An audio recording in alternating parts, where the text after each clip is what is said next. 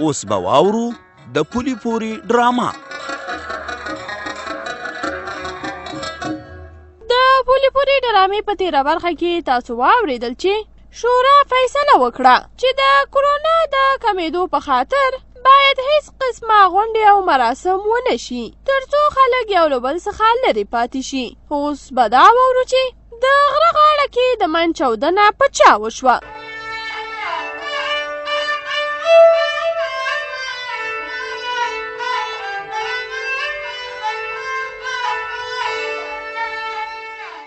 سرداره که اوس دکان ډیر نه خلاصې، په دې کار دې خوشحاله کړم. ستا دکان سره به م کله کله ګڼه ګوڼه وه. تازه ګله وراره، نو موږ دا پیسې ګټو د څه شي دپاره؟ د همدې دپاره چې ژوند هم پې ښه تېر شي. خو چې سړی خدای مکه ناروغه کېږي نو بیا په پیسو ګټلو باندې څه؟ او بیا یوازې خبره خو زما نه ده، د ټول کلي ده. خدای مکه که زما د دکان مخې ته څوک راجمع شي او چرته پکې کم د کورونا والا نه وي، ځکه زړور خان هم کلي کې دی، چا ورسره روغبړ کړی، غاړی ورکړي او زما دکان ته راشي نو به بیا بل مصیبت وي. او دا خو ده، خو بس زموږ ځینې خلک دومره احتیاط هم نه کوي. الله تعالی دې ورته نیکه لاره وښیي. آمین آمین. رښتیا هغه د الماس او عجب ګل خبره خو په خیر سره خلاصه شوله، ښه کار وشو. خبره خلاصه شوه، خو عجب ګل کاکا اوس هم تیار نه دی چې دا 1.5 لک افغانۍ ولور ورکي. هغه وایي چې دا پیسې د شورا خلاصې کی. څه؟ شورا یې څنګه خلاصې کی؟ او دا خبره یې کله وکړه؟ هغه ورځ خو په غونډه کې عجب ګل ووم نه. ما پسې راغلی و، خو ما ورته وویل چې دا کار شورا نشي کولی، ځکه سبا به بیا هر یو رامنډې وایي چې زما د واده ولور خلاص کوي.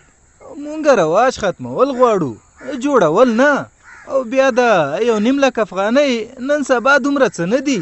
رښتیا دې وویله چې نن سبا خلک اخلي او د مجبوري ورځې نه، ځکه چې مصرفونه زیات دي. چې یو څوک بازار ته لاړ شي هلته سودا اخلي، بیا ورته معلومات کیږي او عجب ګل دې دومره تعدي نه کوي چې پیسې ورسره نشته. نو خیر دی، واده دې اوس نه، څو میاشتې وروسته دې وشي. همدا خبره خو ورته موږ هم کوو که نه، خو چې ویې مني. یا الله خیر. تازه ګله وراره، داسې غره طرف ته چېرته د مین چاودنه وشوله؟ الله رب العزت دې پکې خیر واچوي چې دا په چا باندې مین والوته.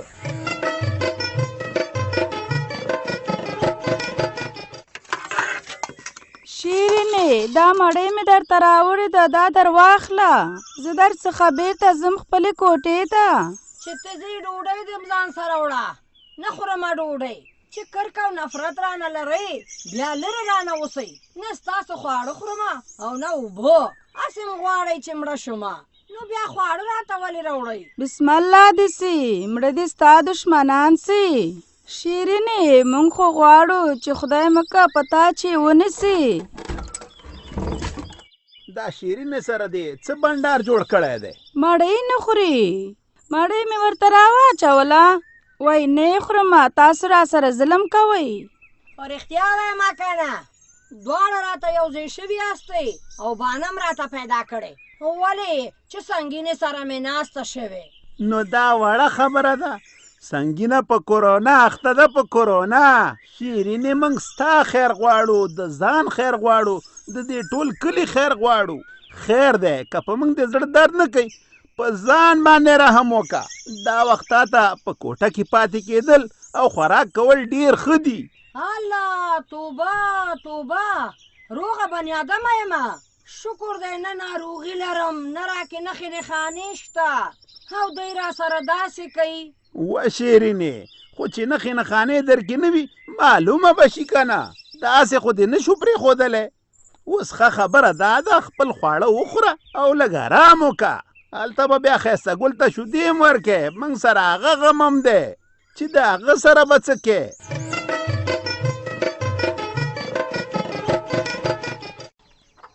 دی اثر پلاره تا ویل چې تا اوس سپوږمۍ ته کومه خبره کومه خبره دې وکړه چې موږ ته د کور کارونه را په غاړه دي ښه خبره دا ده چې تاسو دواړه به ښه ښایسته مزېدار پخلی وکړئ.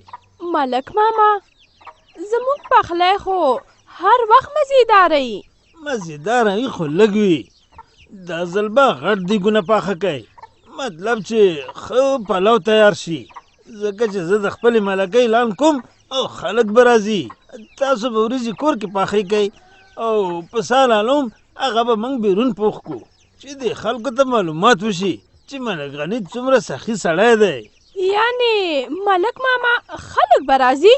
و که نه، نو څه پیریانو ته خو خواړه نه پخوم. خو د خلکو په راټولېدو باندې شورا بندیز لګولی. هغه اعلان تاسو وانه اورېده؟ رښتیا وایي که نه چې شورا بندیز لګولی؟ نو ستا غونډې ته څوک راځي؟ څنګه به نه راځي؟ ما ورته بنډل بنډل نوټونه ورکړي دي، په پیسو مې اخیستي، په پیسو. نو دا خو په دې معنا نه شوه چې تا خلکو ته پیسې ورکړي دي او هغوی به ارومرو ستا غونډې ته راځي او تا خو پیسې د کومک په توګه ویشلي. غلې کښېنه دی اثر مورې، اوس ته پکې هغه دغه مه کوه. زه پوهېږم چې ستا زما ملکي ولې نه ده خوښه، ځکه چې ستاسو د لاسه خوراک تیارول نه کېږي. دا هر څه د وسه کېږي، خو چې یو کار منع شوی نو کول یې په کار نه دي. فکر نه کومه که خلک ستا غونډې ته راشي، ځکه هغوی به د شورا خبره مني، ستا نه. بس غلې کښېنه، بې ځایه خبرې مه کوه. درته مې وویل چې ښه پلو پوخ کړئ نو پوخ یې کړئ. ما خلک راغوښتي او راځي به. تاسو ته خو زما خبره معلومه ده چې د کاڼي کرښه ده کرښه. خو چې چېرته بل فساد ته جوړ نه شي څه نه کېږي. بس تاسو خواړه تیار کړئ، نور زه پوهېږم او کار مې.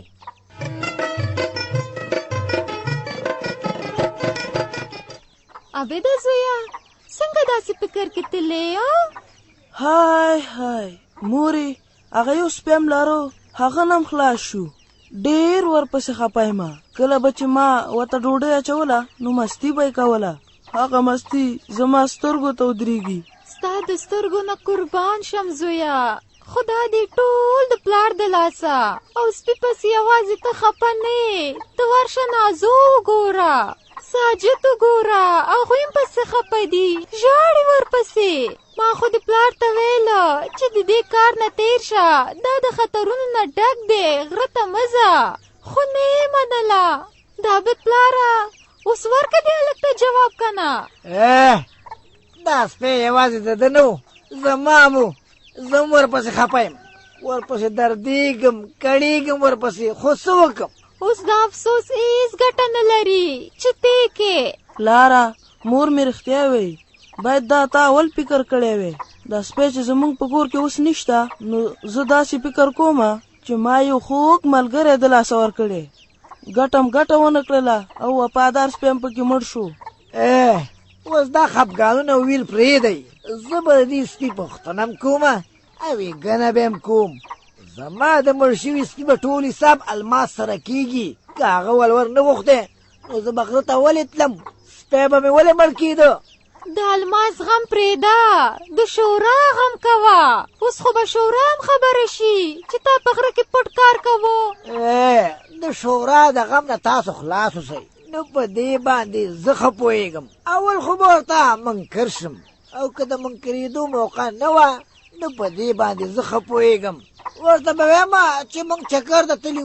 نو دا عقل مني چې د مینونو ځای ته څوک چکر ته لاړ شي؟ بس غلی شه، ځان راته شورا مه جوړوه. د هغوی به دې خبرو ته فکري یا نه، خو ستا ورته شته دی. خدای راته بله شورا کور کې پیدا کړله. عابده ځه لاړ شه، ساجد او نازو سره لوبې وکړه چې دا پام یې غلط شي، چې سپی له یاده ووځي.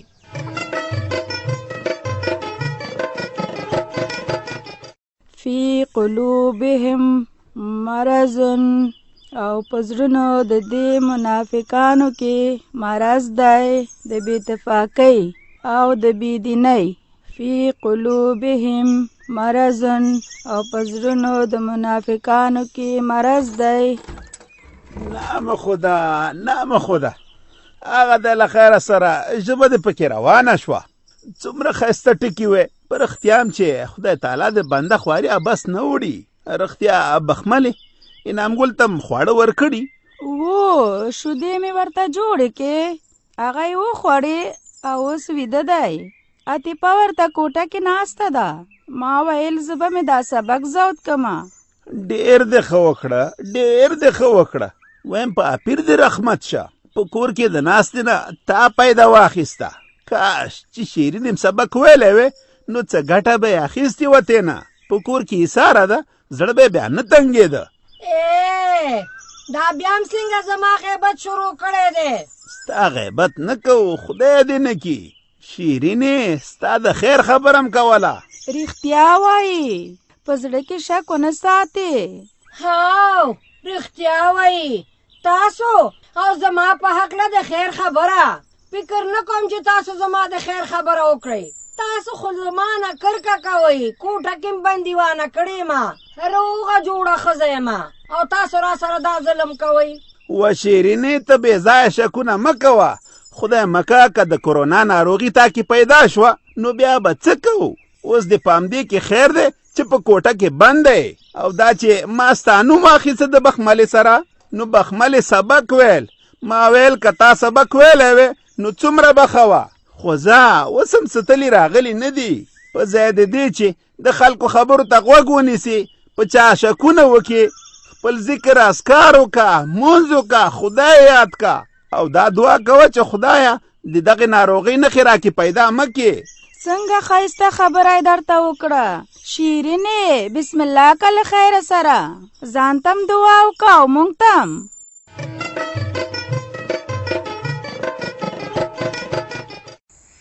مطلب شه دغه د ورځ نوره په تېرېدو ده، خو ته وګوره تر اوسه زموږ درې ته هېڅوک هم رانغله.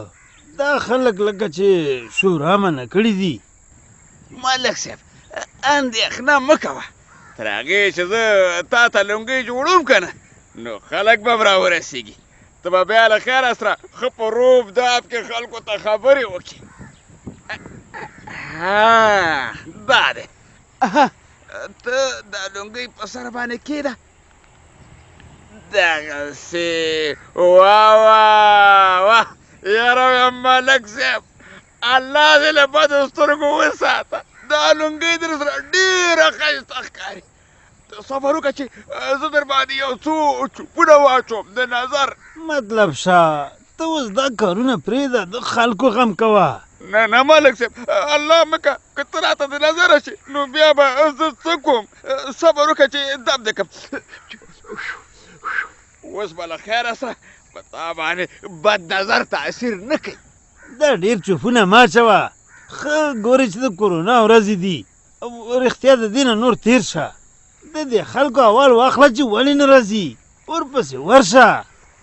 ملک صاحب بلا دې واخلم، ویم زما ورتلو ته هېڅ حاجت نشته دی. څنګه نشته دی؟ موږ غونډه خلکو ته نیولې ده او چې څوک نه وي یوازې زه او ته به څه وکړو؟ ملک صاحب حاجت ځکه نشته دی چې ما چاته هم پیسې ورکړي دي، نو د هغوی د تلیفون شمېرې مې د ځان سره لیکلي دي.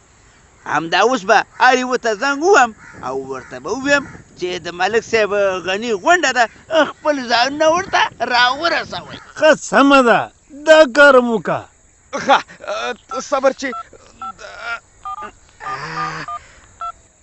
تاسو له کومې شمېرې سره چې اړیکه ټینګه کړې مطلب ده شه شمېره یې بنده ده.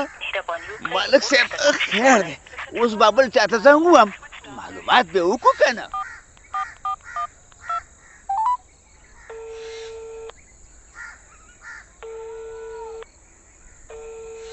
ستاسو دایر کړې شمېره ځواب نه ورکوي. دا د تلیفون ته ځواب نه ورکوي. مطلب شه لکه چې پیسې لاړې او ملکي ونه شوه.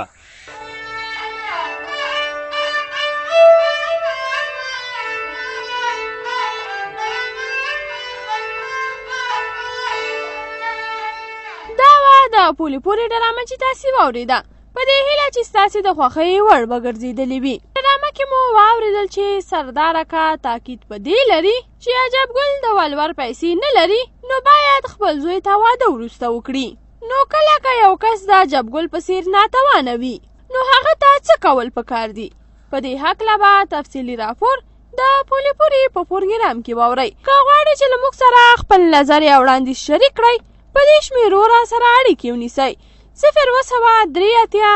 33 50 0 شپږ شپېته 33 15